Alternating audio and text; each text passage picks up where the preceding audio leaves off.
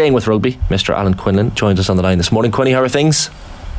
Very good, lads, and yourself? Keeping well. We had Keith Wood on the show yesterday, and we were remarking and remembering a certain try you scored against Argentina in the World Cup back in the day. What are your memories? Because I watched it back in advance of chatting to Keith, and you look in serious discomfort. You dislocated your shoulder to kind of score this try. Yeah, my memories, obviously, it was better to get injured scoring the try than it to happen, I suppose, in a training session or something like that. Obviously, it was bitterly disappointing at the time. I was in probably the best shape ever. Mentally, I was in a good place. I wasn't being picked on the back of a few injuries in the back row, so everyone was pretty much available, and I kind of fought my way into the starting team, and it was incredibly exciting to go and play Argentina, given what happened in '99 in the World Cup. So scoring the try was nice. I just wish I had maybe another half a yard of pace and I wasn't tackled by the Argentinian fullback, and obviously what happened to my shoulder was a pity, because it took me a long time to kind of get back and be able to play properly again with the shoulder. It did affect me for a long time. I had to kind of change the way I trained in the gym and stuff like that, because it took a fair bit of to get the flexibility back and all that kind of stuff, and build up the shoulder again. It took a long time, but probably 7 or 8 months later, I was in South Africa on an Ireland tour and came off the bench twice there for that, and I got back in the green jersey again. But certainly, it was disappointing. It was great to score, as I said, and for Woody to be giving me a compliment, it's nice. I don't often get too many compliments from former teammates. They're usually giving out about how annoying I was, but it was nice. It was nice to hear that from Woody. In terms of your pain that you encountered during your career, how was that up there in terms of actual, like, this is sore, like? Bit indescribable, Johnny, if I'm being honest. It was pain that was like, this isn't stopping, like, and it's phenomenal, really. If you get a bang or a knock, or I've broken a few bones. Well, I've broken a good few bones. I broke my thumbs and fractured my jaw. Up to that point, broke fingers, things like that, which are quite sore. Dislocated my thumb as well, but that pain was it was a searing pain that wasn't really stopping until we got into the dressing room, and whatever the medics for the Irish team, and there was a few other medics there who eventually got the shoulder back in place. Once it popped back into place, the pain literally stopped. It was like turning off a tap, and I went off to hospital, got an x-ray, and got back for right at the end of the game, and Ireland had won the game, so that was probably the most important thing in the day, because there was so much pressure on us going into that game.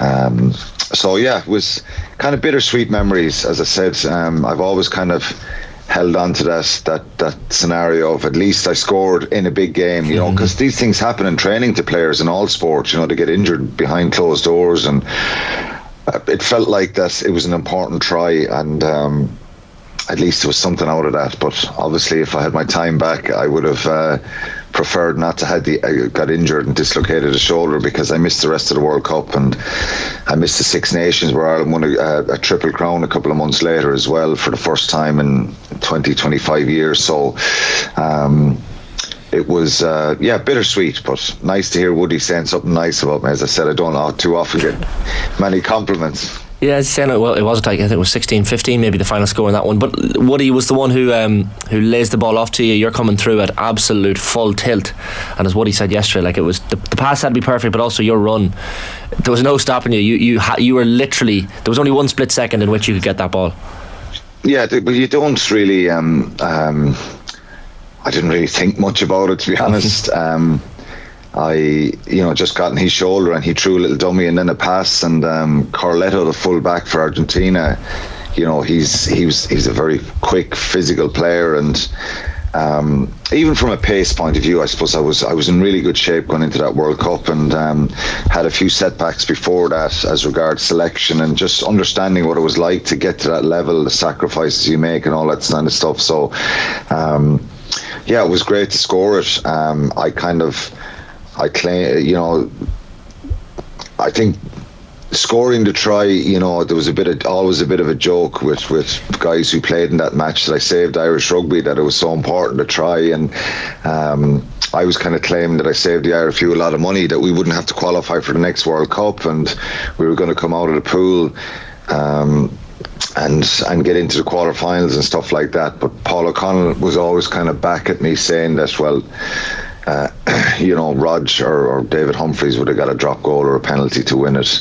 The try didn't really matter. But so in some respects, if Ireland win the World Cup this year, it is sort of down to you, really. Well, a lot of the success in recent times, Johnny, would be down to me, I'd say, because that 15 million that I saved the IRFU back then in qualifying, and so yeah, it's not unrelated, Shane. Yeah. Money helps. I tell you what would be a lovely little lift for the country and rugby in Ireland would be a win over France tomorrow evening, Quinny, 6 o'clock in the World Under 20 Championship final. An emphatic win over South Africa at Athlone Stadium, as we talked to you earlier in the week in the semis. This French team, Ireland getting just over the line against them in the Six Nations, but they are possibly favourites heading into this one, France. It's probably what Paul was saying there beforehand about Dublin Monaghan. It's a little bit like that. Ireland are strong underdogs here, and I think it's nothing really to do with the Six Nations. Ireland can look back and obviously take a lot. You can take a fair bit from that, and it's a massive achievement to win the Grand Slam like they did this year and last year. France have improved a lot. They've added a couple of players. The pace, the power that they have, and they are strong favourites. They've scored, I think it's 29 tries in 4 games, which is a hell of a return, isn't it, to score that many tries? They've only conceded 11, so it's very hard to stop them, Shane, from scoring. If you look at the semi-final against England, they're 17-0 down. England got a brilliant try early on. They got a penalty, then got a brilliant try, team try, then they get an intercept and score again, and they're 17-0 up. And you think France are rattled a little bit here.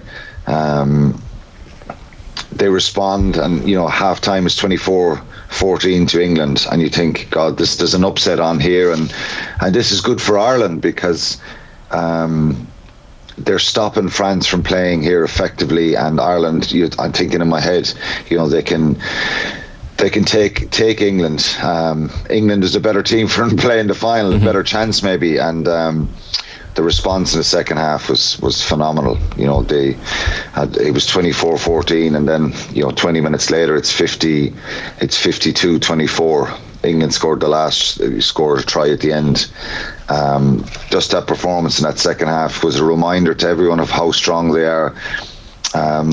I mentioned, I think, on Monday about their number 8. We talk a lot about Brian Gleeson, but their number 8, Marco Gazzotti, is a wonderful player as well. And Baptiste Janou, the scrum half, he makes everything tick for them between forwards and backs. He makes a lot of line breaks. He's just a phenomenal player. He's always on the inside and making breaks, popping the ball off the fellas, and they're hard to stop. So how do you stop them? I'm not really sure. I think for Ireland, they probably need a perfect performance here, and maybe to cut out mistakes and errors, and try and get a complete performance. Are they capable of it? Yes. Ireland's ambition in attack, and the way they've played throughout the Six Nations this tournament, they attack a lot, and that's kind of in their makeup. So I think Ireland can score tries against France, yes, but they've got to defend really well, and they can take a lot of heart probably from the defence against South Africa last week in the semi-final. But as I said, a near perfect performance is required if they are to win it. But up to this point, they've done remarkably well, Ireland. How important is a game like this psychologically for a player of that age, Quinny, where, like, if you look at, say, New Zealand and England, they guess perform with credit but get battered by 21 points. Say if Ireland lost by similar or worse, or more significantly just weren't in the game, how damaging is that psychologically as a young player if you're like, I'm just not good enough for this? Well, I think, yeah, it's a good question as regards, obviously in any sport, if you get a heavy defeat, particularly in a final, people remember it, don't they? They remember that. But I think up to this point with these players, they've achieved a fair bit. Winning the Grand Slam. It's a big tournament. It was a fantastic performances right throughout the tournament. Getting to a final here, given the start they had when they drew against England, the way they responded, everything that's kind of happened around the tragedies that have affected the squad. Psychologically, will it damage them? Yeah. If you get a big defeat, of course you'll remember that. The flip side of that is if they were to, be close here with 10 or 15 minutes to go, I think they've shown that they've incredible belief, this team, because they've had a fair few setbacks aside from the off the field stuff. That's been incredible to deal with. They're a side that really respond after they make a mistake or two. They just seem to dust themselves down. And that's probably the most impressive thing for me. They're a very calm side. They're quite patient in what they do, and that's down to good coaching as well. But it's Richie Murphy has done a remarkable job, but there's also a lot of kind of mature leaders in the group. So I think they know what's coming, Johnny, and I don't think anyone will focus on the reality is France have shown in the tournament. So there's evidence to say there that they're incredibly powerful. They're after improving a lot since the Six Nations, and they're capable of putting up a big score on anyone. And they don't seem to panic, because their captains after the game was talking about even the 17-0 down, that they were very controlled and calm. Then they're 10 points down at half time, and of course it's easy to say when you do go out and score loads of tries and win the game, but he was saying that they were very relaxed. They seem to believe that if they just get themselves right here, they're going to score tries against England and win the game. Ireland have to ask questions of them and be really physical, but I really hope, obviously we all hope they win, but there's a little bit of a worry here. If France get their tails up, they're capable of pulling away, and I just think this team deserve a real shot at it, and hopefully they can bring a performance that keeps them in the game. And I really believe if they're in the game with 15-20 minutes to go and it's tight, that a little bit of momentum may swing with them. But France are very, very dangerous. It is a delicate balancing act for Richie Murphy as well, isn't it? Like, we have to play our game, so you have to have some middle ground between we have to play our game, but also be conscious of the fact that we basically sort of need to have a 10 out of 10 performance, and we also need to somehow suffocate France in the sense of make this like as close as possible for as long as possible. So I don't know, you have to inculcate a lot of belief maybe, but at the same time we can't kind of get ahead of ourselves here. Yeah, well, I think, and it's probably my own mentality from being out there and on the field and playing. The worst thing anyone can do sometimes is, sometimes you see it in football where somebody scores a goal against a run of play and you shut up shop for the day and you bring on an extra defender and all that stuff. Doesn't really work in rugby unless the conditions are absolutely horrendous, and maybe it's only just penalties that are winning the game, and handling is really difficult. I think Ireland have to focus on their own performance, and I think they're capable of causing France problems in attack. And that's where they obviously have to really kind of have their mindset that they've got to play rugby and back what they've done in this tournament and in the Six Nations, because last week they defended for long periods in that semi-final and then scored 3 great tries in the second half.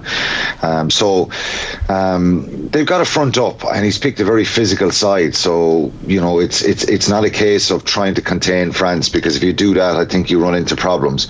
They have to be brave and go for it as well, and I think they will be. I think from Richie Murphy's kind of listening to him in the press, even before the semis, and this week again, they've got to kind of back themselves, and I think they will. I just think where they need to be really miserly is just around penalties, handling, and really get their line out and kickoffs right, because when we talk about that 9 out of 10 performance that you probably need in these situations, it's the small errors that really come back to kind of haunt you. And France, typically, their mentality will never change. It's the same as the senior side. If they get their kind of flow going and somebody drops a ball and one of the French guys picks it up in the 22, all French sides will try and believe, they'll think they can go the length of the field and score. In those moments, it's Ireland have got to be really rock solid and kind of strong defensively and just shrewd in their game. So their kicking game is really important as well. Yeah, I should mention as well, the team news, Richie Murphy is from the semi-final. The only change, is the return of James McNabney to blindside flanker. He was suspended, of course, for high tackle earlier in the tournament. Jim Mangan moves then from blindside flanker to second row. Your prediction briefly, Quinny, for that one? How do you think it's going to go? Oh, I don't know. I think it's it's France are it's going to be difficult to stop them. And on the basis of what we've seen, France probably are that little bit better. But there's a side of me then that thinks that everything that's happened, the under 20s have become really, really tight, and I'm sure that they do themselves proud, but I think France probably just win this on the basis of what we've seen. We should mention before we go, we've got a comment in from Pascal Jacob who says on YouTube, are you not even going to mention those Canterbury abominations? So people might have seen this, the new Irish jersey for the Rugby World Cup. We have a few images up on screen there. I don't know if you've managed to see these, Quinny, but it's is the new... bad? Well, no, that's just what they see. Jerseys are so subjective. I actually think they're lovely. It's not abominable. No, it's definitely not. I don't know. The jersey is said to be, quote, the most technologically advanced ever produced by Canterbury, and officially launched alongside the kit sponsors We Go Together campaign, calling on Irish fans across the world to unite in support of the team. So it's challenging Quinny's intervention in terms of if Ireland do win the World Cup, it'll be down to the jersey pretty much. True. Have you seen these jerseys yet, Quinny? Yeah, I saw some shots online. Yeah, I think they're nice. I'd obviously like to see it kind of up close and see what they're kind of a brighter green, aren't they? Yeah, definitely not as dark as the 07. Initially I thought it was a t-shirt that the Peter O'Mahony, Ian Henderson and who's the other player yesterday? It's put it up there again. Oh, Ross Byrne.